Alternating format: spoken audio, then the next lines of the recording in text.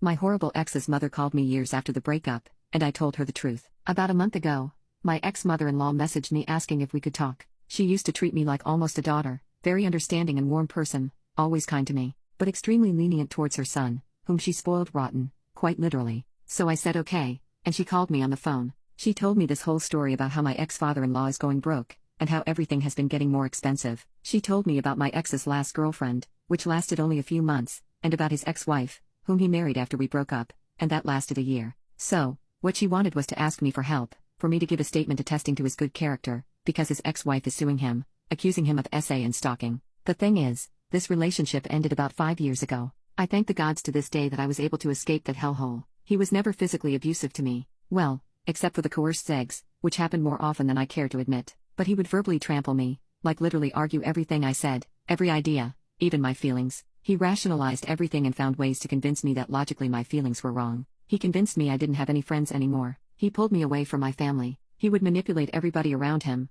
including his parents, who just thought he was very bright. He would say that home chores were demeaning and therefore he wouldn't do them and the house would be dumpster for days and days. He would not even do the dishes. Meanwhile, I was finishing law school and working an internship, basically sleeping no more than 6 hours every day. And he was unemployed, had already finished his degree, and just stayed at home all day playing video games. We lived together for 6 years. My only regret was not leaving sooner. He would be rude to waiters and pretty much every worker. He would speak a lot and very fast and very loud in a way that no one could get a word in, much less a full sentence. Once I got sick, puking and sweating with the flu. I asked for help and he said he couldn't do anything. I had to call Mother, who brought me meds and soup and sat with me. Once he threatened to delete himself if I left him. He told me multiple times he believed sex was not about pleasure, but about power. Knowing it was important to me, he would withhold it. He pretty much broke me, and though I'm much better now, I'm still healing. Some months ago he reached out saying that he had broken up with his girlfriend and that we should speak again vc how come he wouldn't have me in his life anymore, and also he was going to the gym and he was testes at a high testosterone level,